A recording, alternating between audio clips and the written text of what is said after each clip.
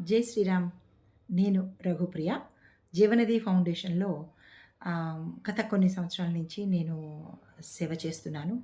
నదుల కోసము, ప్లాస్టిక్ నివారణ కోసము, ఆహ్, అమ్మ ఇంటిల దుర్గాలక్ష్మి గారితో, నా సహచరులతో కలిసి సేవ చేసుకుంటున్నాను. నదులకు, ప్లాస్టిక్ నివారణ కోసమని యథాశక్తి చేసుకుంటున్నాను.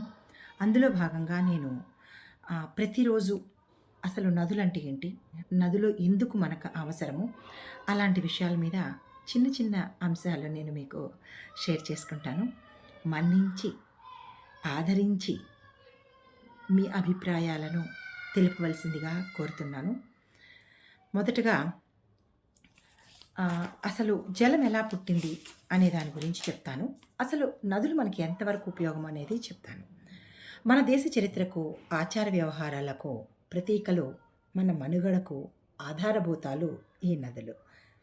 అయితే భారతదేశ నదులకే తీర్థాలు అని పేరు. మన భారతదేశంలో ఉన్న నదులకి తీర్థాలు అని పేరు.